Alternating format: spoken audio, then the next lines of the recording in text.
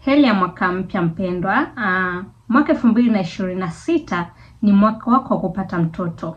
Ndiyo, namaanisha ni mwaka wako wa kupata mtoto. Nimeandaa program maalum kwa ajili yako ambayo itahakikisha unaondoka na mtoto mwaka huu. Endelea kunifuatilia ili ujue kama utakuwa miongoni mwa watakaoondoka na mtoto mwaka huu au la. Mwaka huu nitasaidia watu 5 tu. Karibu. Leo nitazungumzia kuhusu viashiria vikuu 5 vinavyoweza kukosesha mtoto mwaka 2026, na kiashiria cha mwisho ndicho kinachoweza kukosesha mtoto kabisa. Kwa hiyo sikiliza kwa makini na sikiliza hadi mwisho.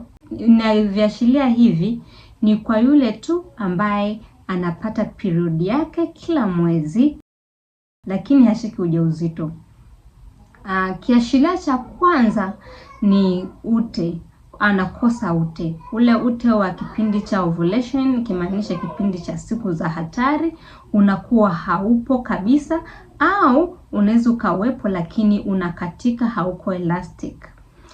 Kiashiria cha pili ni shingo ya kizazi kuwa ngumu wakati wa ovulation au wakati wa kipindi cha siku za hatari, au watu wengine wanaziita ni siku za kushika ujauzito. Ile shingo ya kizazi inakuwa ni ngumu, haiwi soft. Tulijifunza kwamba kipindi kilichopita kwamba shingo ya kizazi wakati wa ovulation huwa inakuwa soft kama lip, yani kumaanisha lips hizi, lakini kipindi ambacho sio cha ovulation inakuwa ngumu kama ni kwenye ncha ya pua hapa. Kwa hiyo ukiweka mkono chini kwenye uke, utaona ile yudania shingo ya kizazi inakuwa ni ngumu hata kwenye kipindi cha ovulation au kipindi cha siku za hatari, au wengine wanaziita siku nzuri kwa ajili ya kupata mtoto. Kwa hiyo inakuwa hivyo. Lakini kiashiria namba 2, kama mtu shingo ya kizazi inakuwa ni ngumu, inamaanisha inakuwa ni kwake ni ngumu kushika ujauzito. Lakini kiashiria cha 3 ni maziwa kujaa na kutoa maziwa sometimes, lakini kuuma.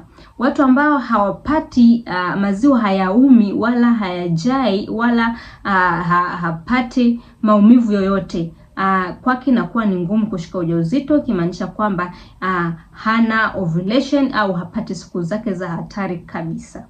Lakini ishara ya 4 ni body temperature, nikimaanisha joto la mwili huwa linapanda 0.5 mpaka 1. Unakuta labda joto lako lilikuwa ni 36.5 lakini inaongezeka 0.5 na kuwa ni 37.